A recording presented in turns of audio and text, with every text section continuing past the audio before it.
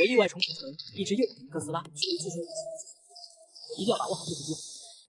夏国某动物园内，今天迎来了一只20多米高的巨兽，占据了动物园最中心的位置。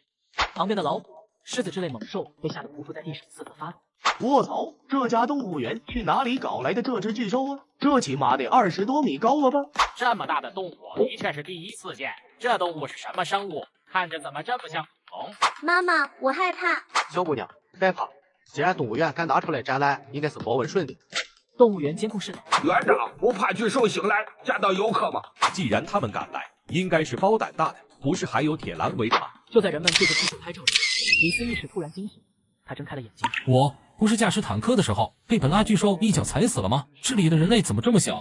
巨兽进化系统激活成功，新名李斯，巨兽哥斯拉，级别幼年，身高20米，体重1000吨，形态常规，充能0%，进化点0，能力坚硬外壳，超强自愈，原子吐息，请通过一切手段获取进化点。总有一天，你能将宇宙踩在脚下。距离异世巨兽来袭倒计时29天23时59分30秒。难道系统是想让我不停的进化，这样才能在以后巨兽入侵的时候生存下去？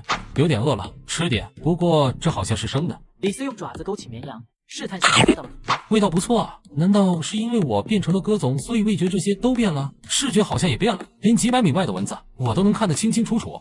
明白过来的李斯开始大快朵颐了起来，他吃东西的样子吸引了大批游客的进食成功，进化点5。哦，原来吃东西也能获得进化点吗？如果是这样的话，那这个动物园也不是不能待着。夏国某基因研究院，林清雪是目前研究院最高级别的研究员。他在网上看到动物园巨兽视频的一瞬间，喂，我是林清雪，订2张去江海的机票，越早越好。对，记得带上声波分析仪。江海市巨兽动物园，昨天巨兽在网上爆火，今天门口排起了长龙。这么大的巨兽，万一发狂上人怎么办？既然动物园敢拿出来展览，那就肯定是不会上瘾的。此时李斯刚起床，巨大的吼声传遍了周围气氛，游客们都被吓得不轻。不过，当游客们看到巨兽转身面向这边，还对着天网挥了挥爪子的时候，人群之间哇，他在向我烧哎！好威武啊！工作人员他是公的还是母的？我操，这才是真正的百兽之王啊！欢迎大家来本园观赏哥斯拉，这是本园的荣幸。为了让大家不仅能看到哥斯拉，本园推出投喂项目，想体验的游客请扫码下单。什么？才500块就能体验投喂哥斯拉？太良心了！我是大学生，让我先下单。我是探店博主，园长懂事的话，免费给我上2只牛。我要拍摄进食过程，希望园长。您好，林园长，我们是江海市园林管理局的人，想找你了解一下关于巨兽的情况。林正国知道该来的总会来，也是点头同意。巨兽展览区内，李斯一口精准地接住了头顶机器落下的食物，咀嚼2口后并分析。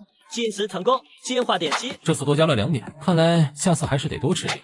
中午，林正国送走了园林局的人。看来官方这是默认让我养这只巨兽了。也是，现在世界各地不知名的动物越来越多，我就养一只巨兽，又有什么呢？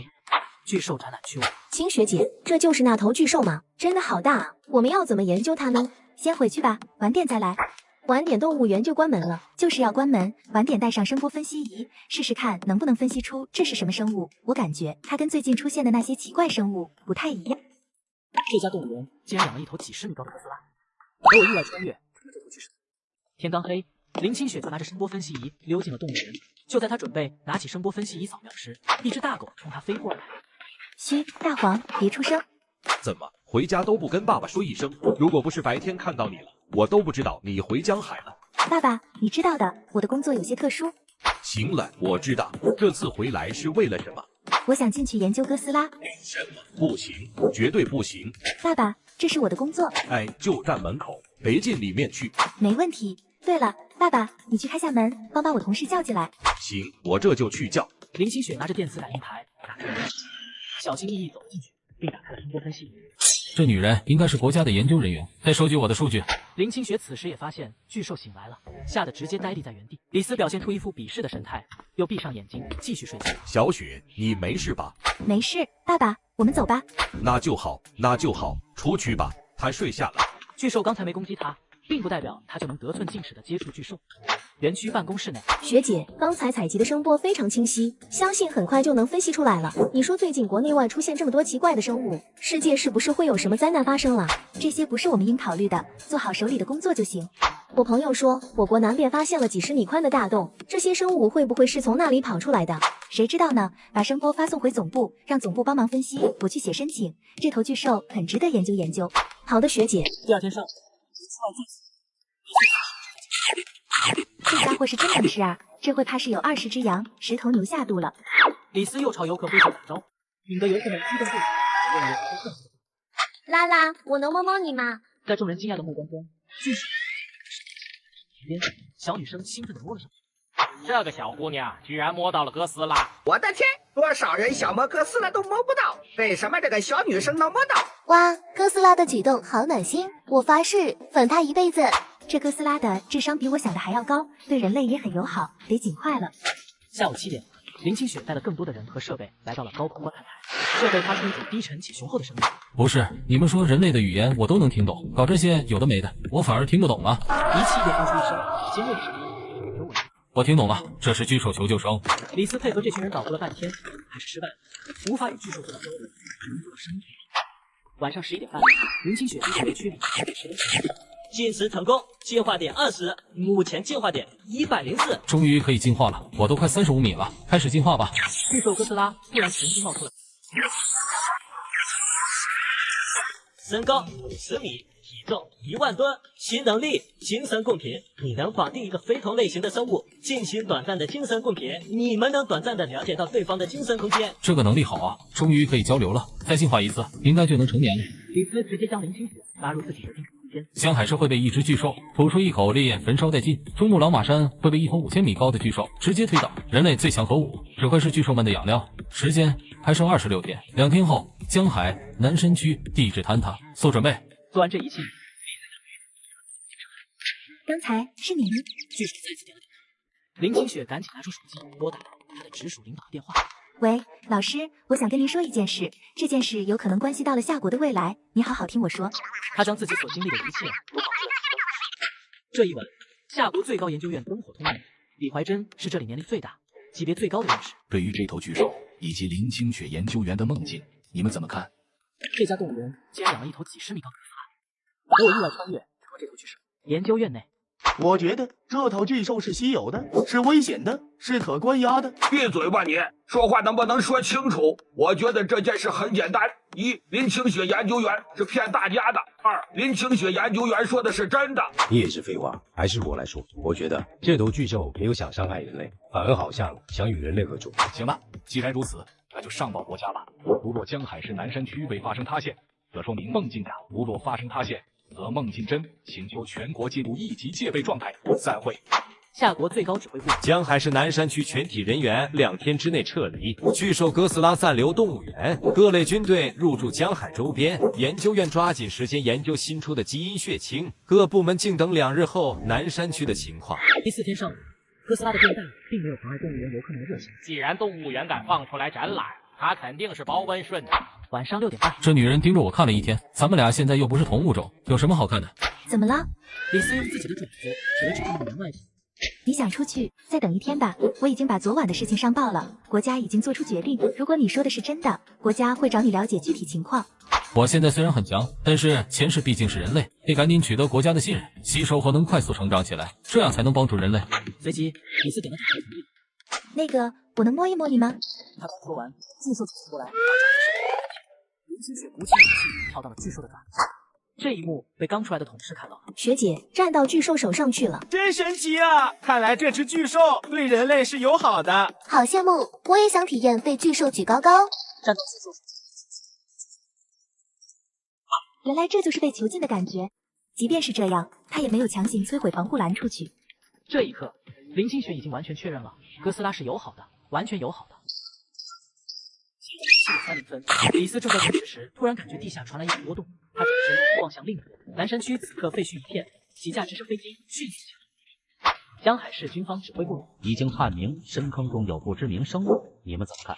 我觉得应该趁着那些生物还没有爬出洞口，将它们消灭在洞穴内，以免出来害人。我觉得已经可以印证哥斯拉是人类的伙伴了。如果真如那位研究员所说，那人类的未来就危险，应该早做准备。现在已经可以断定，哥斯拉巨兽是对人类友好的。至于深坑内的生物，还需要讨论一番。从现在起，全国进入1级戒备状态，全民武装计划启动。基因药剂抓紧研究，南天门行动正是踏入之末。同意，同意。这时，监控画面中，一只如山羊般大型、浑身缺少血肉、没有眼睛的怪物从深坑之中爬了出来。不好，我们只考虑到了坍塌，没有设置围栏。全体直升机出动，不惜一切代价拦截这些怪物。此时，南山区内怪物们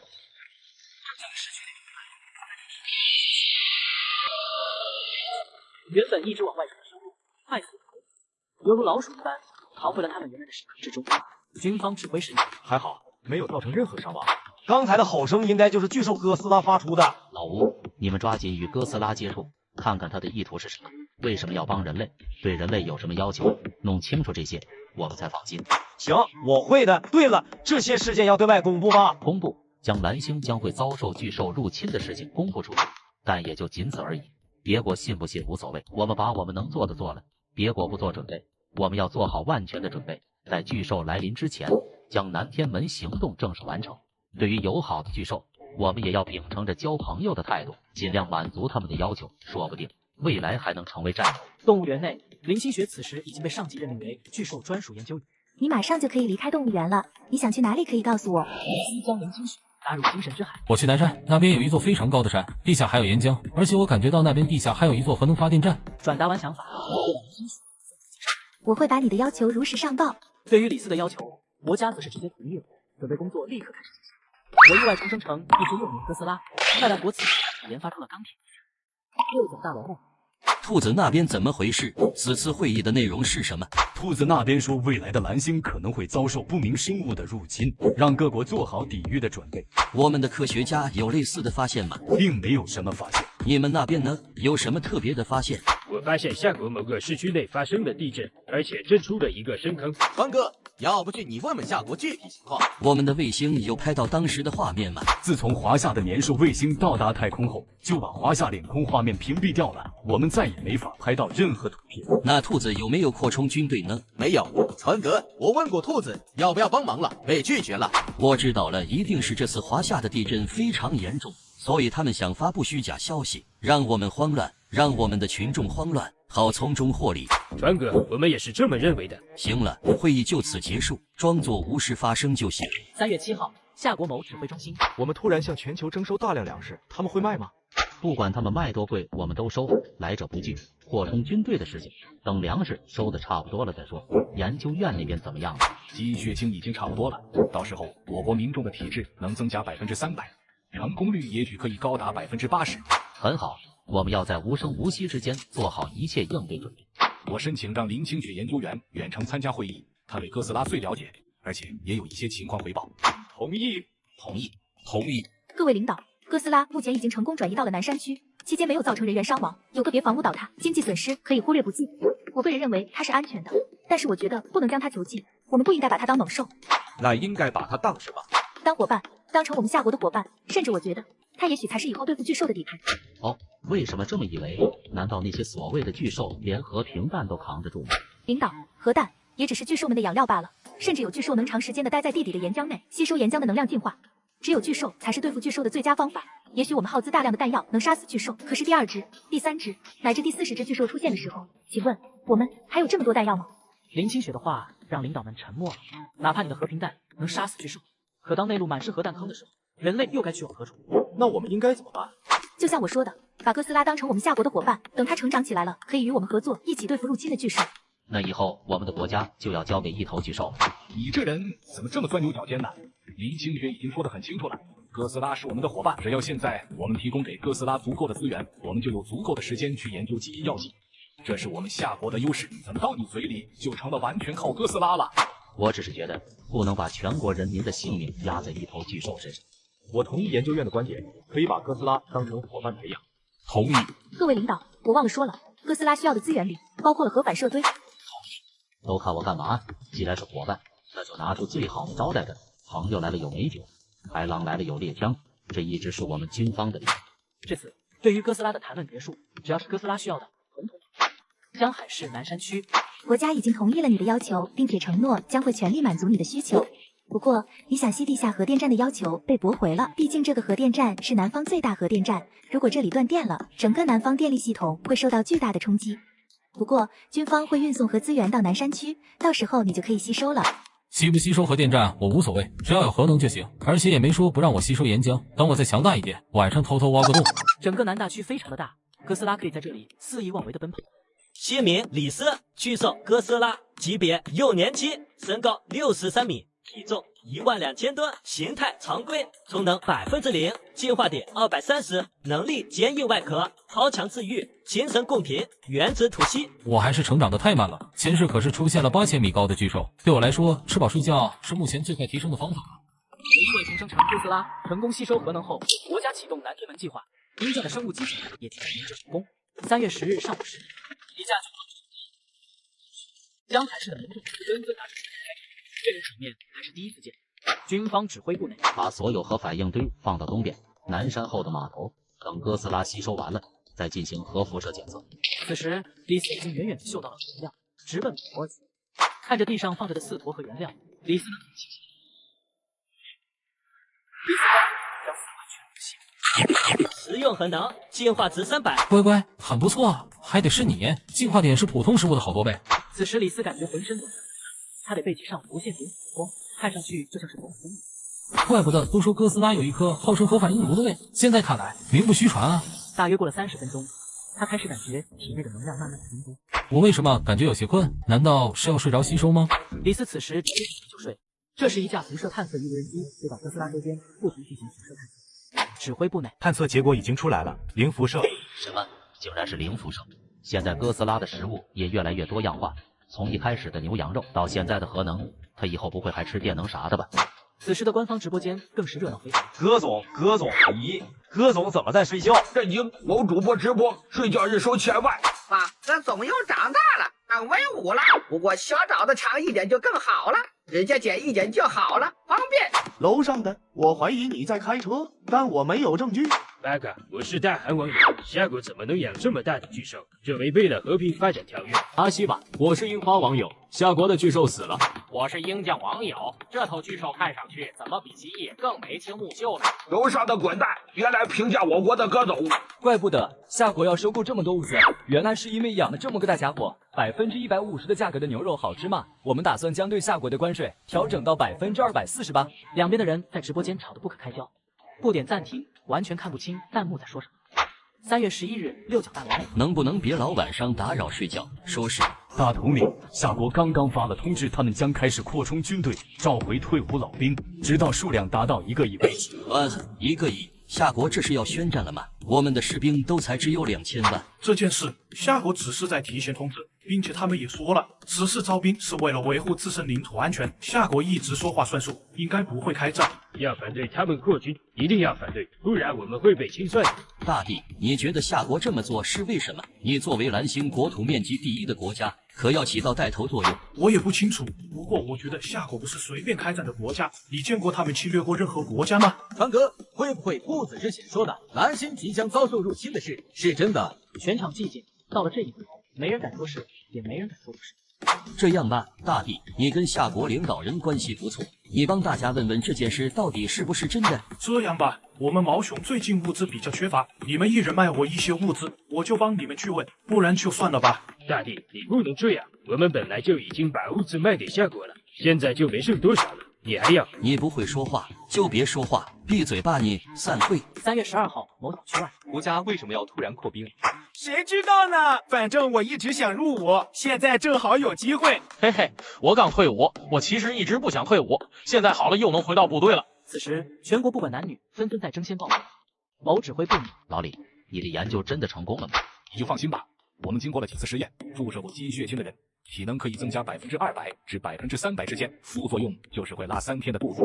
这批基因药剂是从国内出现的一种名叫狼豹的新生物体内提取而来的。这种生物拥有狼的团结，也有豹的敏捷和果断。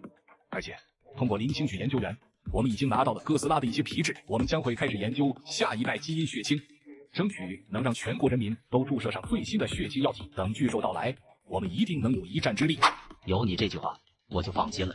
药剂生产速度来得及不？我这里可有1亿士兵嗷嗷待哺，已经批量生产了，安心吧。3月13日，南山区，李斯此刻睁开了眼睛，这一觉他睡了足足3天时间。我意外重生成哥斯拉，成功吸收核能后，国家启动南天门计划，鹰将的生物机甲也即将研制成功。南山区码头，嘿，大个子，你饿了吗？李斯点了点头。这时，一架架直升机拉着已经准备好的肉食飞到李斯头顶，李斯也是两一直又一直的吃着东西。直播间内，网友们都紧张。我的天，这么能吃啊！一口一只猪，看上去好过瘾。吃的多也正常，你也不看看各总现在的体型，相比一开始他刚出现在大众视野的时候，身高才20米，现在才10多天的时间，都快长到当时的4倍了吧？真羡慕葛总啊，光吃只长肌肉，不长肥肉。你们看，葛总肩膀的那个女人是谁啊？这是国家给葛总配的死手，喜剧管家。大个子，网上的人都很喜欢你，都叫你葛总，你知道吗？也不知道人能不能变成巨兽。啥意思啊？你知道我是人类变的了？你一个巨兽卫，国家战斗太累了，如果我也能变成巨兽跟你战斗就好了。葛总，你知道吗？国家将会打造一艘航天飞船，等巨兽入侵的时候，军方的大型设备都会运到航天母舰上，并且在祖国的东南西北4个方位都会设立一个100米高的机甲，到时候你就不会是单独战斗了。国家把这个行动叫南天门行动。前世正是因为巨兽入侵，南天门计划最终不告而破。鹰将的双人机甲应该已经成功了，不过到时候不光要对付巨兽，还有那些鱼兽更是麻烦。3月15日，鹰将再次召开会议。谁能告诉我，为什么夏国那边真的在征兵？我觉得之前他们说的入侵有可能是真的。昨天我们樱花国的岛上突然出现了一个100米宽、深度未知的天坑，而且从里面跑出来了很多不明生物，导致我国损失惨重。你说的深坑，在我与华夏边境交界处也有一个，不过没有东西爬出来啊。鹰将，你的双人战甲计划怎么样啊？什么双人战甲？没有的事。川哥，你别藏着了，这件事已经不是秘密了，甚至夏国也启动了南天门行动，这已经不是秘密。好吧，既然你们知道了，不过你们放心，我的双人战甲不会用来对付你们的，你们都是我的伙伴，我只是想给毛熊和夏国一点教训。等我把夏国和毛熊收拾了，接下来就是你们了。夏国刚才通知，3天后他们会在国际网络上将他们知道的一切宣布，告知全世界。我想，应该就是上次说的入侵的事情了。几天前夏国从我们这里收走了那么多小麦，现在我们想以2倍的价格买回来，他们居然不卖。是吗？我想卖海产品给华夏，华夏也没收我的，为什么收你们的？你自己心里没点数吗？各位，事情已经这样了，抓紧招兵吧。不论最后会不会有生物入侵，夏国已经招兵了，我们不能落后。说得对，不过夏国的那头巨兽不太好对付，这么大，我估计枪械都打不穿它的皮肤。如果发生战争，这些不用你们考虑，那头巨兽只不过是碳基生物，如果发生了战争，我自有办法对付它。散会吧。3月16日，夏国向全球发布了警告，令所有在外国留学或务工的华夏儿女5天之内全部回国。令所有未取得华夏永久居住证的外国民众5天之内离开本国，否则后果自负。令凡是在我国领土、领海、领空内不接受任何挑衅行为，哪怕是一支箭、一颗子弹，都将予以最严厉的打。令凡是阻挠我国国民回国的行为，都将视为挑衅。凡赖在我国国土内不走的外国人，都将视为挑衅。军令一出，全世界都为之震惊。鹰将、唐人街、李明此时火急火燎地往家赶。老婆，赶快带好少量的行李，去幼儿园接好女儿，赶紧回国。老公，我刚才就发现通知了，我已经整理好东西了，直接开车去接女儿，赶最早的航班回国。这一幕发生在全球唐人街的各个角落。夏国最高指挥中心，我国在外人口基本已经有绝大部分回来了，不过也有一些人被其他国家卡住了，不允许他们回国。回国人数500万，50万人放弃国籍。征兵进程进展顺利，士兵总数已经达到7000万，有3000万已经注射强化基因血。做得很好，我认为自愿选择放弃我国国籍的人，不用理会他们。对于那些想加入我国国籍的人员，要进行严格的审查。对于卡住我国华侨不允许回国的事也简单，哪个国家敢阻拦我国国民国家，就不透露给他这次蓝星遭受入侵的详细信息。我意外重生成哥斯拉，成功吸收核能后，国家启动南天门计划，鹰将的生物机甲也即将研制成功。夏国机甲车间，南天门行动进展的如何了？南天门行动已经差不多了，航天母舰后天开始试飞，南天机甲也已经可以上路。不过什么？直接说就行。不过我们没有参照物，也就是没有对手，不知道现在南天机甲在对付巨兽的时候会是什么样的效果。除非哥斯拉，不可以。哥斯拉是我们耗费了这么多物资与核能养大的，万一你们的机甲操控师操作不当，不行，绝对不行。小林同志，你怎么看？我觉得可以。你看，我就说可以。清雪，老师，您别着急，其实哥斯拉并没有想象中的那么弱，60kg 重的核原料能平易做成了吧？可是哥斯拉一口吞了，什么事都没有。而且我感觉，也许4架南天机甲加一起，说不定都不是他的对手。怎么可能？我的4台南天机甲打不过一头喂养的巨兽。小林同志，你可以和哥斯拉交流一下吗？看他愿不愿意。如果不愿意就算了，毕竟他是我们的伙伴。没问题，我回去就问。3月19日，蓝山区。哥总，这2天有没有想我？李斯此时正在进食，最近他的伙食又提升了不少。我的进化点已经800多了，再吸收1次核能就可以进化了，进化完应该就成年了。哥总，跟你商量个事，国家打造了几台机甲，想让你指点一下，你看可以吗？原来小保姆去开会，回来就是让我去当陪练啊。李斯点了点头答应了。对了，打的时候你手下留情，别把机甲打坏了，很贵的。李斯没有回答林清雪，他也懂事的坐在肩膀上，静静看着远方。3月20日，重生哥总直播间。你们听说了吗？好像不久以后，蓝星将会遭受巨兽入侵，国外都烂套了。我早就猜到了，不然咱们突然征兵干嘛？俺妈从10天以前就开始准备了，放心就好。而且咱还有葛总啊，葛总可是咱们养了这么久的巨兽。网上已经可以看到，国外开始各种零元购了，还是国内安全。嘿嘿，也不知道咱们锁国的时候，那些自愿放弃我国国籍的人，现在后不后悔？日常欣赏葛总的优雅睡姿。3月20日，某海岛边，夏国的航天母舰，就算此时的哥斯拉在他面前都有点不够看。好，以后我夏国有子健，又多了一个神兵利器，又有了一个对付巨兽的底牌。我认为科技不管怎么进步，它始终是科技，现阶段有点用，但是我们应该把更多的资源投入基因研究内。科技怎么就不行了？我就不信那些巨兽能比我的航母大。是没你的航母大，可是别忘了，准确来说，现阶段我们的最强攻击还是核攻击，可是核攻击对巨兽用处并不大。行，先不说航母的事，我的4个南天战甲都在航母上，你联系林清雪研究员，让他准备一下，我的机甲马上落地。你想干嘛？我能干嘛？不是之前说好的与巨兽对战实验的，还是你的弟子主动答应？李怀真无奈的看了看他，只能开始联系林清雪。蓝山区，哥总，之前你不是答应我跟国家的战甲对战训练吗？他们马上就到了。李斯对着天空喊了一声，随着航空母舰缓缓。等母舰到达李斯的上空，4架90米高，4台机甲都配备了核武器，必要时可以独立完成核打击。队长，要不要动真格的啊？我怕伤到哥总，毕竟国家花了这么多钱养他。要不我先上，我把哥总打败，你们就不用上了。你小子，金座可是说了，哥总是我们面对巨兽之前的一次试炼。你想一个人试炼，我们也想使用机甲战斗的感觉。那怎么办，队长？张强也苦恼，军座让他们来试炼，并且千叮咛万嘱咐，绝对不能失手把哥总伤得太严重。毕竟哥总可是研究院那帮人的心肝。此时，李斯已经来到他们附近。李斯现在有110米的高度，只比4台机甲高了一点点。李斯对着他们吼了一声，4台机甲相互看了看，完全不懂哥总什么意思。好在林清雪会意了，立马飞到张强的机甲前。那个，哥总问你们想怎么打？他只有1个小时的时间，速战速决。不是哥总就吼了一声，你能解读出这么多内容，怎么打都可以。不过我们想都体验一下与巨兽的战斗，又怕伤到哥总。好，我去问问哥总。林清雪把他们的意思转达给了李斯，李斯还以为自己听错了，他对着机甲握拳秀了秀肌肉。林清雪立马读懂了他的意思，他飞到张强这边。怎么样？哥总说怎么打？哥总说你们一起上，他无敌。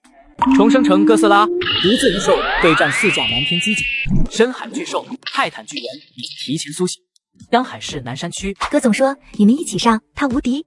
你确定你没翻译错？哥总真这么说的？不是，姐妹，哥总就抬了下爪子，你怎么能翻译成无敌的？为什么不能是哥总想出拳呢？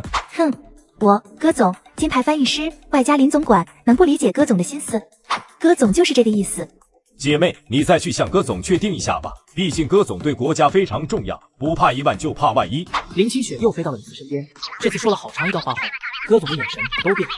过了一会，林清雪又飞过来。哦，错了，我刚才翻译错了，哥总不是那个意思。那哥总是什么意思？哥总刚才的意思是你们一起上，他一只手就能干碎你们的机甲，谁赞成？谁反对？哥总，我知道你听得懂我们说的话，我并不想伤你，但是你太小看我们。旁边机甲的话还没说完，李斯直接一声开尾，将他抽飞出去几十米才停下，而且机甲已经是冒出火星。哥总说你们太磨叽了，赶紧一起上。张强此刻再也不敢轻视哥总了。全体都有，听我口令，跟我一起上，对付哥总。缓过来的机甲也赶紧。此刻机甲对战巨兽的直播也开启了。我操，葛总开播了！震惊！老吃播？咦，今天不直播吃饭，直播打架了！我操，葛总在跟谁打呀？那4台机甲是什么情况？别的国家入侵我国了？大家别乱猜了，这次是国家组织的对战演习，不管是葛总还是机甲，都是我们的人，也将是以后我们国家对抗巨兽入侵的主力军。大家记住，只是演习，只是演习，只是演习。管理，把这4个字打在直播间右上角。我操，这不比硬降的好莱坞大片过瘾，一点特效都不用。葛总，无敌无敌，吊打一切！震惊！某主播直播打架，日收过亿。直播画面中，4台机甲一起冲向哥斯拉，纷纷用拳头将哥斯拉打成，他的爪子扣住一台机甲，直接用力往远处一甩，机甲又被摔飞上百米，才堪堪停住。李斯又使劲一拳打向另外一台机甲，机甲直接内部受损严重，倒地不能再战。最后尾巴来了一个横扫，身后的机甲被葛总一尾巴扫到了远处的山上，直接熄火。才几秒钟的时间，就只剩下1台机甲站在葛总面前。他见同伴们都被葛总打飞，顿时开足马力，双手组合对着葛总的尾巴，哐的一声，他感觉自己好像碰到了世间最硬的物质一样。他甚至还被反作用力震得连连后退。李斯摸了摸自己的头，虽然没有受伤，但是脑瓜子也嗡嗡。他跑了起来，对着机甲直接就是一个撞击，机甲直接就被撞倒在地。李斯趁机机甲的胸口冒出大量的火花，也就是李斯没有用力，不然直接就踩穿了。4打1，结果一个照面机甲就全被干废了。张毅知道葛总没有用全力，但是他们也没有用全力。张毅这时按下了武器发射按钮，机甲的胸口处顿时出现一抹蓝色的开始。李斯察觉到了不对劲，同样的，他的背脊上蓝色光点不停的闪烁，从尾巴到头顶，蓝色的光点就像是走马灯一般一路向上，直到他的头顶，看上去就像是某种能量在他的体内喷涌。随着蓝色机甲胸口的雷霆攻击发射，李斯也张口对着他巨大的蓝色能量光柱迎着蓝色雷霆之力，在2股力量接触的一瞬，雷霆之力消失，而李斯的原子吐息并没有丝毫的坏掉。在要击中机甲时，李斯改变了方向，擦着李斯也停止了原子吐息的释放。这一幕发生的太快，所有人都没反应过来就已经结束了。而结束后留下的只有毫发无损的葛总与破败不堪的4台机甲。直播间的弹幕都停了，不是直播卡了，而是直播间的观众都愣住了，所有人都被震惊的说不出话。好半晌后，啊，葛总好厉害！震撼，太震撼了！这就是葛总的攻击吗？本以为是以多欺少，原来是降维打击啊！重生成哥斯拉，独自一兽对战4架蓝天机甲，深海巨兽、泰坦巨猿已经提前苏醒江海市南山区。葛总，别打了，别打了，我们认输！李斯低吼了一声，向南山走去。葛总说：“你们太弱了，回去好好练练。”刘翔，还好吗？我还好，不过机甲好像出问题了，我怎么操控都没有用。应该是能源模块报废了，得大修。张毅同志，你擅自使用能量武器偷袭葛总，我以机甲小队队长的名义剥夺你的机甲驾驶权。队长，没那么严重吧？队长，不能通融一下吗？你们跟我说没用，还是想想怎么跟廖军做解释吧。某指挥室内，老廖怎么样？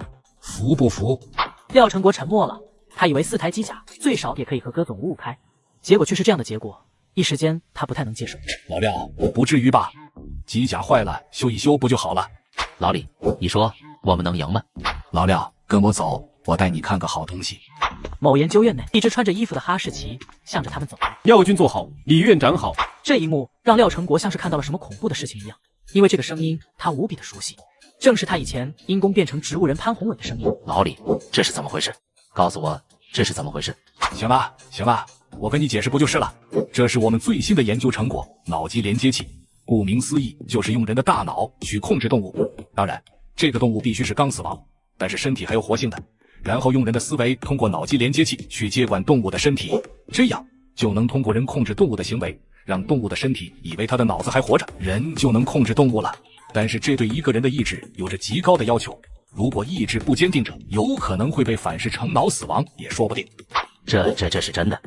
军座，李院长说的没错。当初李院长来看我的时候，跟我说了这个计划，我觉得这是我唯一能动起来的希望，毫不犹豫的就同意了。当初我看到你的眼神，就知道你一定不甘心就这么过一辈子。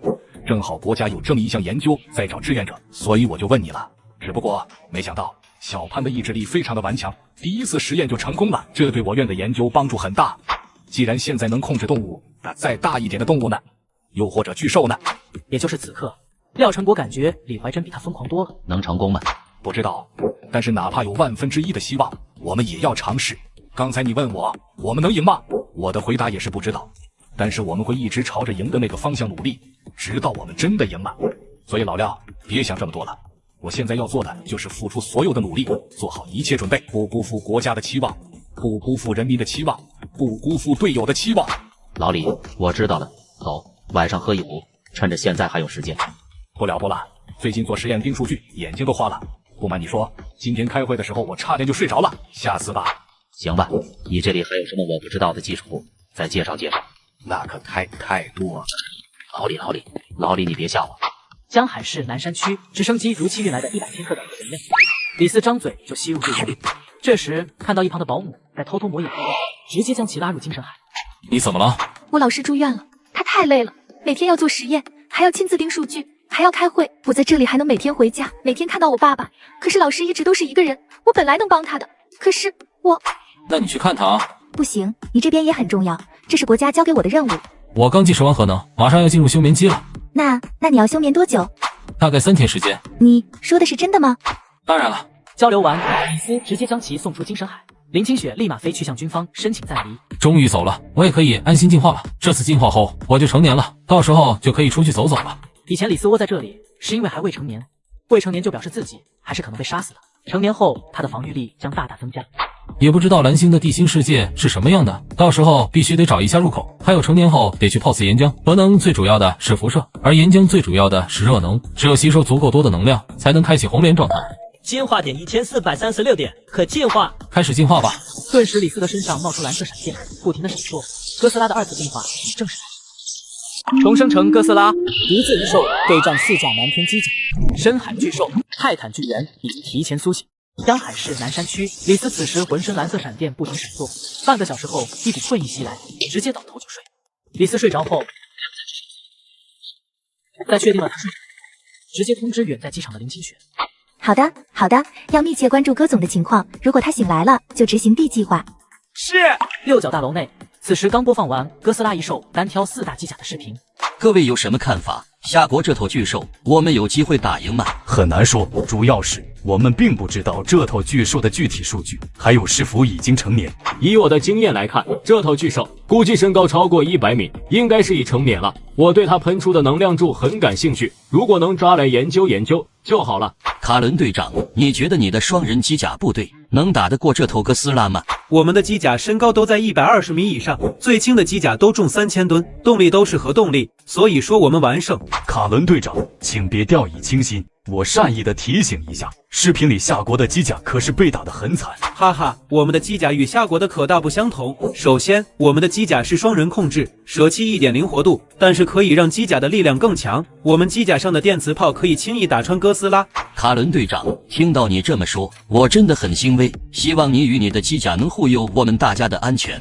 总统先生，您放心，卡伦保证完成任务。下面开始下一个议题，樱花国打算献出1000吨核原料，想换取我们一台机甲的庇护，你们怎么看？1000吨核原料的价值肯定已经超过一台机甲，更何况我们给他们机甲，他们会开吗？我的想法是，我们委派一台机甲过去，并且机甲驾驶员也一起过去，毕竟樱花国那里离夏国领土非常近，你们理解吗？总统先生，这次任务你就放心吧，要是哥斯拉敢出来，连他一块收拾了。夏国第一医院内，小雪，你还是先去睡一觉吧，老师这里有我们看着呢。没事，我再等等。这时，李怀真慢慢的睁开了眼睛。你们在这里干嘛？还不快回到自己的岗位上？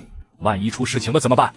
老李，放心，不会出事的，我们有我守着呢。孩子们都想来看看你，你就好好的养身体吧。老师，有些事比工作重要。是啊，老师。走，都出去，我有事跟廖军座说，你们先出去。小雪，去帮我办出院，晚上大家都去我家吃饭。好的，老师。老李，真羡慕你啊，有这么多惦记着你的孩子。我这才几个，你手下那么多警卫员、军长什么的，哪个不关心你？说吧，有什么事跟我说。你是真不懂还是装不懂？3月23日，蓝山区，李斯的背鳍此时在不停闪烁蓝色的光芒。刘哥，你说葛总什么时候能醒来啊？这都快3天了。不知道，应该快了吧？林总管不在，我们得守好郭总。哎，刘哥，你听说了吗？最近西南边与阿三接壤的地方经常被骚扰，兄弟部队都想上去干架了。如果不是上级没下命令，就阿三那些部队，我们一个小队就能全歼了。别太自信，人家也是经过专业训练的部队。就他们，我们的部队可都是注射了基因血清的，哪怕刚入伍的新兵都不比老兵差，老兵就更不用说了。哎，真想好好的跟他们干一架。别多想了，我们的敌人是未来将要入侵南星的巨兽。刘哥，你的想法也没错，可是你信不信，他们一定会继续来骚扰我们的。不给他们一点颜色看看，他们不会长记性。这些是领导应该考虑的事，我们士兵服从命令就好。这倒是。就这时，李斯的爪子动了一下。快通知指挥部，通知林总管，各总提前醒来了。姓名李斯，巨兽哥斯拉，级别长年期，身高130米，体重9万吨，形态常规，充能0%，能力坚硬外壳，超强自愈，精神共频，原子吐息，放射线流，聚集体内能量，快速释放移速射线攻击对手，且能通过背鳍与尾部释放闪射性光线。我身高就只长了15米，体重却比之前翻了4.5倍，感觉身体的细胞比以前更加紧密了，而且细胞能量更多了。这种强大的感觉，这才是成年哥斯拉啊！我记得原子吐息和放射线流不是出现在同一个哥斯拉身上的。如果这个世界只有我一只哥斯拉，或许我可以不断进化，获得所有哥斯拉的能力。依稀记得系统曾说过，请通过一切手段获取进化点，总有一天能将宇宙踩在脚下。重生成哥斯拉，独自一兽对战4架蓝天机甲，深海巨兽、泰坦巨猿已经提前苏醒。刚进化完的李斯拍了拍肚子，有点饿，他对着放哨的两人低吼了一声：“刘哥，哥总什么意思？”坏了，以前有林总管在身边发役，我们只要听他的吩咐就好。现在林总管不在了，完全不知道哥总想要干嘛。他会不会是肚子痒，让我们挠痒痒？不是，我觉得哥总是在呼叫林总管。这保姆不在，根本没有人懂我的意思啊。这时，李斯转身往海边走去，慢慢他打算抓条筋放放。另一边，不是哥总这是要离开夏国吗？队长怎么办？要不要拦截？爷，别拦截，上报，快上报！江海市指挥部，什么情况？哥总为什么离开夏国了？他会不会只是去洗澡？派3架战斗机沿着哥总离开的方向追过去，势必要知道哥总为什么离开，离开后又去了哪里，绝对不能对哥总开火。如果哥总进入他国国界怎么办？那就给我闯进去，他国要战，那边战，死护哥总安全。李斯此时在水里自由的航行，周围根本没有什么大鱼。难道是我潜水太浅了？大鱼都在水底。想到这里，李斯开始往深海下潜。而此时的指挥中心报告，哥总潜入海底了，雷达也没发现他，他不见了。什么？给我调集全频道卫星，密切监视那片海域。李斯潜入海底以后，果然不少大鱼都出现了。可是他想要的是一条起码要50米长的。这时他发现了一条巨大的变异鱼，李斯直接就是一发放出去。李斯过去抓住尾巴，开始往回游。回去的路上，李斯感应到不远处有核能反应，他身体放出一股核弹波，开始定位自己的位置。这里距离樱花国不远了，算了，回家，下次再去看看。江海市指挥部报告，已经发现哥总，哥总正在往回游。好，密切关注哥总动向。南山区，林清雪正在焦急地等待哥总，毕竟和哥总相处了这么久，他早就把哥总当成了朋友，甚至有时候他会觉得哥总就是自己养的宠物。虽然这个宠物有点大，而且随随便便就能杀死他。这时，李斯抓着变异鱼，直接将变异鱼丢到一边，有专门的人去处理。哥总，你去哪里了？下次出去一定要提前说一声。李斯低吼了一声，表示自己去找食物了。与此同时，樱花国这边一台高130米、重5000斤的生物机甲出现在某海岛边，樱花国高层纷纷震惊不已，瞬间又底气十足。夏国机甲车间内，由于士兵们普遍注射了基因血清，体质升上了3倍，精神上承受压力的上限也提升了3倍，所以要建造更大型的机甲，顺便再造几台其他类型的巨型机甲。报告，西南方与阿三的交界处，我们的人与阿三的人打起来了，死伤多少人？我方的士兵只是破了点皮，阿三的士兵几乎每个脑袋都见红了。脑袋见红？怎么打的？丢石头。我们的士兵因为注射过基因血清，所以防御力比较高，石头砸到身上只破了一层皮，可是阿三那边几乎都见红了。不是，这都什么年代了，打架丢石头？还是在边境？受伤的士兵每人补贴一些补助，去吧。还有军座，阿三那边想跟我们要个解释。解释？我解释他个铲，发布军令，以后再有他国士兵敢越过我国领土，可当场射杀，射杀成功者奖励2等功。是，这下在边境的军人们有福了。3月24日，自从华夏发布了这条军令，华夏边境就出现了奇怪的一幕。夏国的士兵对着边境线外阿三的士兵招了住宿。你们过来呀！阿三的士兵也不傻，气愤但是没过去。过去就是被当军工，以前都是阿三挑衅夏国，现在反过来，夏国开始挑衅阿三了。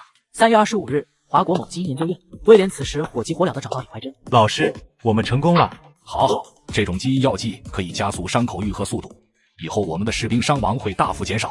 是的，老师，我们的2代基因血清应该也快了。争取在巨兽来临前研发成功，这样会有更多的胜算。老师，你刚出院，多休息休息。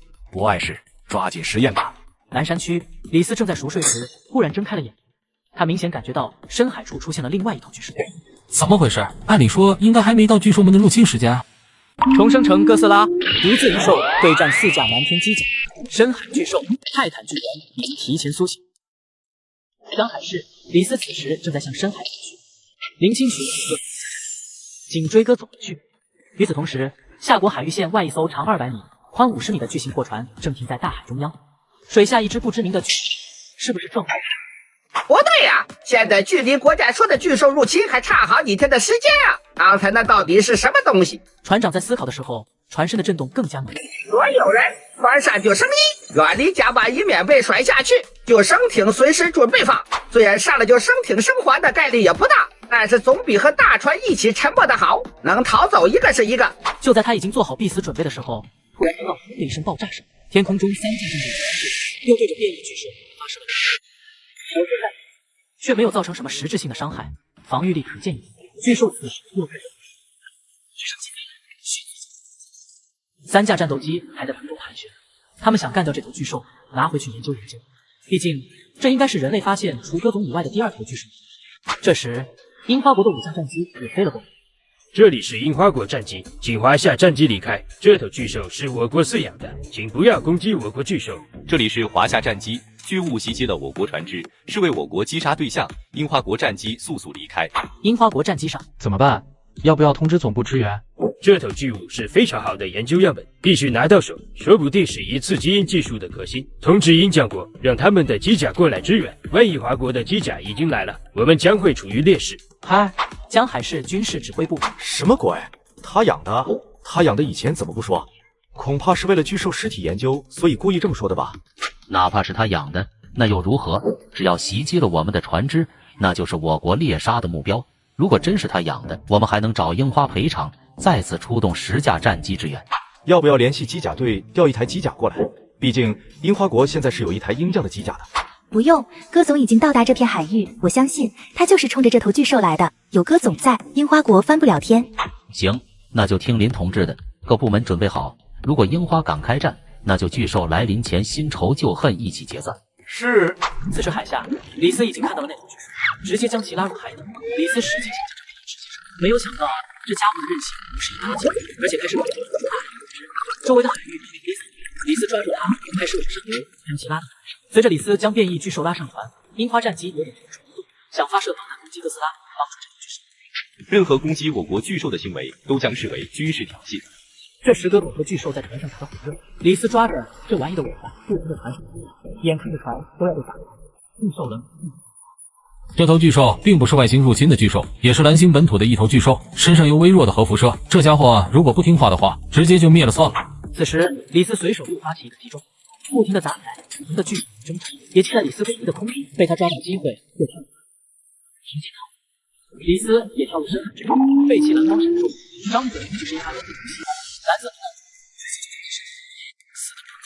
击杀巨兽，充能加10%。终于知道怎么充能了。充能值越高，是不是我获得的能量也就越多？如果充能值100%，释放原子吐息会变成什么样呢？李斯浮出了水面，他决定了，这头巨兽就是他今天的晚餐。而这时，樱花那边一台新日机强劲缓缓走来。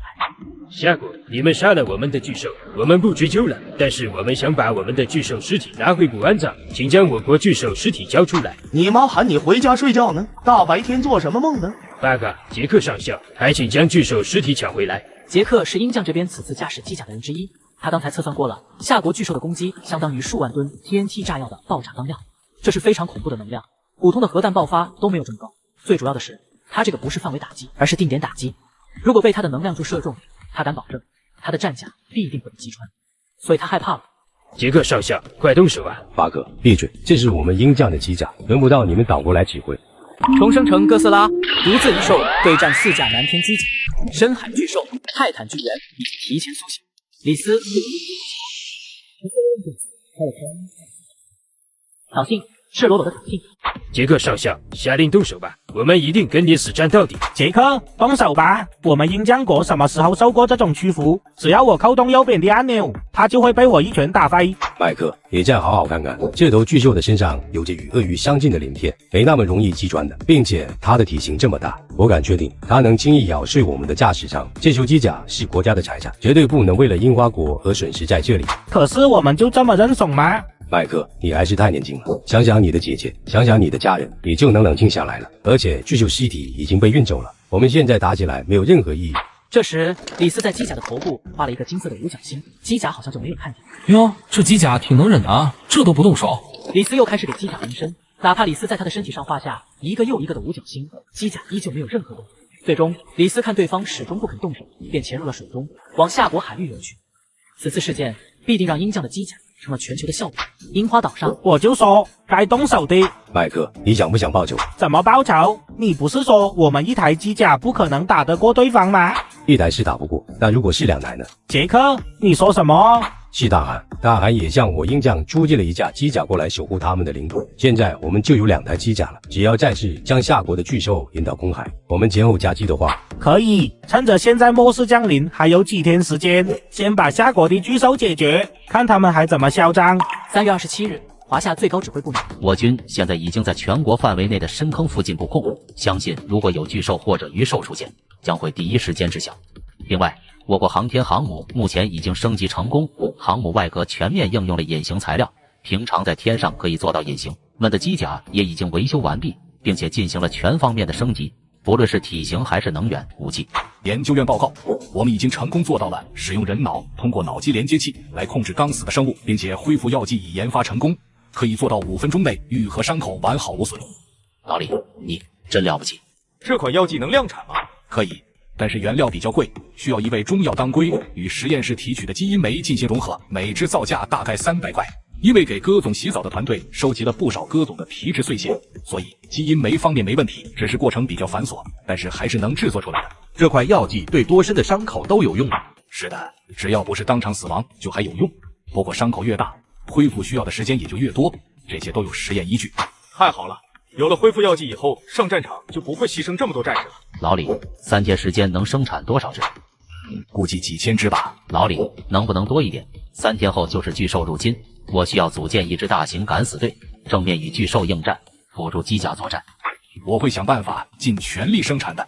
戈总那边有什么需求吗？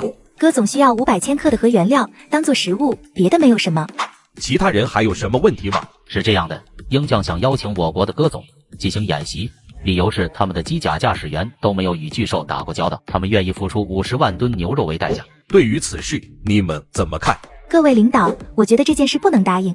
打赢了会被骂欺负弱小，打输了戈总会受伤，两头都不讨好。当然戈总大概率还是能赢的，从昨天与他们机甲的相遇来看，但是也不排除对方是故意示弱的。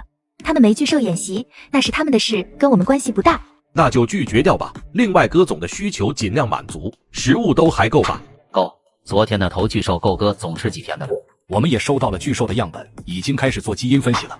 那就好，那就散会吧。鹰将6角大楼内，夏国人真不仗义，我都卖食物给他了，让他的巨兽来练一练都不肯。总统先生，我们在北边一个无人岛屿发现了一头100米高的大猩猩，已经被我们军方用铁链捆住了。真的太好了，这样运回国内，我们也养一头自己的巨兽。估计不行，华夏的巨兽是从小养大的，可是这头大猩猩我们发现的时候已经100米了，成年体，对人类抱有很大的敌意，一旦放开就会破坏我们的家人。那如果将他赶到夏国境内呢？总统先生，我也正有此意。夏国之前骗了我们几百万吨的牛肉，这次势必要给他们点教训，尽快安排吧。是，总统先生。重生成哥斯拉，独自一兽对战4架蓝天机甲，深海巨兽、泰坦巨猿已经提前苏醒。樱花岛屿、大韩岛中间海域，此时鹰将2台机甲汇合在一起。哎，伙计们，准备好了吗？杰克，真要这么做吗？当然，夏国已经不是第一次针对我们鹰将了。昨天居然敢这么羞辱我鹰将机甲，这口气必须找回来。我在水下困住了一只60米高的巨兽，等哥斯拉到了，我们从后面偷袭，争取在公海把夏国巨兽杀死。这样，哪怕被夏国军方发现，我们也可以说我们只是在尽场的消灭巨兽，国家会支持我们的。好吧，那就速战速决。南山区睡梦中的李斯，忽然他猛地睁开了眼睛。又是巨兽的气息。我记得外星巨兽入侵还没开始啊，去看看。如果不听话，可以继续消灭。李斯觉得自己必须当巨兽之王的，现在只要蓝星上出现一头巨兽，他就必须上去俘虏，听话就留下，不听话就死。等外星巨兽来了，必须全部消灭，不然等他们离开蓝星，只会招来越来越多的外星巨兽。李斯循着感应的位置一路往前游去，看到被困在轮子的巨兽还是潜入到了海底。这时，李斯前后各出现了一种生物体。好，原来在这等着我呢。我说昨天打不还手，骂不还口的，原来是叫帮手去了。李斯一爪将笼子拍飞，巨兽如释重负的赶紧跑远了。2台机甲这时也出现，李斯轻轻一蹬，他的身体就向上浮起。杰克看到这一幕，李斯直接将其吸入腹部，咚的一声，核弹在李斯的肚子爆开了。李斯拍了拍肚子，顺便打了个饱嗝。法克，什么情况？发生了什么？核弹为什么会对他无用？他到底是什么生物？要不我们撤吧？不，我要宰了他。杰克机甲头部开始对着李斯直接就是一发能量炮。李斯浑身蓝色闪电不停闪烁，张嘴吐出一发带闪电的能量珠，在2股能量碰撞在一起的时候，另外一台机甲从李斯背后袭来。李斯此时背鳍开始加速闪烁，从背鳍发射出数道蓝色激光。机甲没有料到李斯还可以后背攻击，直接就被李斯的激光全部击中，瞬间机甲火光四起，片刻只剩下一地的残骸。而此时的正面，李斯浑身闪烁出更多的闪电，体内能量疯狂运转，吐出的能量柱瞬间变得更急。杰克机甲的能量炮直接崩溃，被李斯的能量柱直接击中，又是一阵巨型爆炸。至此，鹰将的2架机甲全军覆没，只留下一地的机甲碎片。李斯身体的能量也慢慢平息下去。这时，刚才逃走的巨兽又游了过来，对着李斯不知道说什么，李斯根本听不懂。李斯挥了挥爪子，示意小家伙跟着他走。先带回去吧，得好好研究研究它到底是从什么地方来的。3月28日，南山区，李斯德身边多了一只不知名巨兽。经过李斯努力的和其沟通，终于知道它是从海底某处洞穴里钻出来的，而且还有好几个族人都从那里来到了这片海域。那里应该就是蓝星的地心世界的入口了，只有地心世界才会孕育出这么大的生物。等会必须得去哪里看看。李斯对着林清雪吼了一声，等会准备1艘舰艇，跟我去一处地方，那里有可能有其他巨兽，你们小心点。哦，我让军方准备一下。戈总，用膳吗？吃，给这小家伙也拿2头牛。好嘞，伙食部上菜。随着林清雪一声令下，不远处的10几架直升机吊着各种刺杀后的上午10点左右，李斯吃饱了东西，他发现他的身高增长开始慢下来了，以前每天长5米，现在估计只有3米左右了。看来只有不断的去吸取新的能量，获得新的力量，才会变得更高更强。以后的进化应该是全方位的，除了体重、体型、身高，还有外形、能力、力量、能量之类的，统统都会提高很多。成年后的哥斯拉才刚刚开始啊！军方开着一艘400多米长的航母，上面停着最先进的潜水设备，天空中更是有数架战斗机绑架护航。而李斯就和小家伙在水下带路。昨天鹰将机甲被袭击的事情，此时虽然吵得不可开交，夏国也只回了6个字：自作孽不可活。这时，留在最前面的小家伙突然停了下来，林清雪立马会意：潜水机器人准备，跟着戈总一起下潜。重生成哥斯拉，独自一兽对战4架蓝天机甲，深海巨兽、泰坦巨猿已经提前苏醒。潜水机器人跟着李斯一路下潜到海底，终于看到一个泛着蓝色光芒的洞，附近还有不少小家伙的同类。李斯挥了挥手，示意大家都上去。海面上，我进不去，你记好坐标，有空观察这里，千万别进去，只需要观察这里的情况就行。等我再提升，说不定能一炮直接将地心世界贯穿。这时李斯感受到北方有一股狂暴的巨兽力量。你先回吧，我在海里再巡视一番。果然，戈总成年后就喜欢往外跑啦。海洋中，李斯急速前行，几个小时后，在太平大洋海面上看到了一艘巨轮，上面一头100米大的巨猿被用特制的铁链绑着。我现在出手可以轻易干掉这巨猿，巨猿的智商很高，如果能将它打服，就能为我所用。看着航母的行驶方向，鹰将是打算将巨兽放生到夏国了。想到这，李斯潜入水中，先一步在登陆点去等巨猿。几个小时后，军方将登陆点民众撤离，直接放巨猿进入了内陆。这时，直升机也开启了直播。哇，哥总好久没有直播了，今天直播打架还是直播干饭？快看，哪里来的大猩猩和哥总差不多高？你不看新闻吗？鹰将放生过来的，太可恶了。此时，李斯看着冲向自己的狂暴巨猿，瞅准机会，直接扇了一巴掌。巨猿被扇得有点猛力，气愤的巨猿竟直立而起，再次冲过来，跳过了李斯头顶，从身后抱住了李斯，将李斯甩飞了出去。这家伙力气还真大，我9瓦吨的身体能丢这么远？巨猿再一次冲了过来，李斯张嘴就是一道紫色光束，巨猿直接被击中，放射线流虽然可以伤到巨猿，但是不多。巨猿这时掀起一块石头朝李斯砸来，李斯也跑了起来，直接冲过去，然后一个回身，一尾巴将巨猿抽飞了出去，飞了好几十米。皮糙肉厚的巨猿直接掀起一块比2巨兽还要大的石头扔了过来，想要将李斯砸倒在地。李斯张嘴一拍，巨大的岩石直接化为灰灰。巨猿再次冲来过来，李斯也谋足了几步，直接将巨猿撞到在地，抬脚就踩在巨猿胸口。看着还是不服气的巨猿，李斯背部蓝光快速闪烁，储能完毕后，巨猿终于感受到了死亡的威胁，举起双手。李斯也不再踩他的胸部，再踩下去，他怕直接给巨猿的心脏踩停了。这时林清雪飞到李斯身边，哥总打赢了吗？要不要我们一炮轰了他？我新收的小弟带回去调教调教。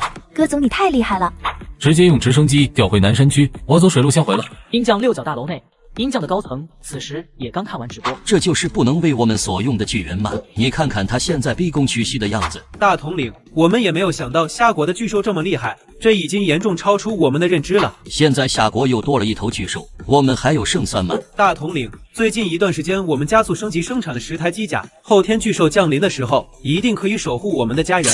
把我们租赁出去，守护其他国家的机甲，明天全都调回。另外，我国的防御工事建立的如何了？总统先生，国内现在到处都是零元购、罢工游行，防御工事被严重拖慢进度，目前只完成了2/3。放弃所有未完成防御工事的城市，将军队机甲调集到防御工事完成的城市。大统领，这样不太好吧？从目前种种意向来看，夏国没有说谎，那么情况只会更加严重。执行命令吧，一切后果我来承担。是，总统先生。3月29日，江海市南山区，此时李斯身边有了2只巨兽。伙食部，再多运点食物过来。林总管，伙食部人手不够了，叫军方先调点人来增援，立刻招人。哥总的食物不只是现在需要宰杀，以后也需要宰杀。哥总不喜欢内脏血液，汤汤水水的，记住严格把关。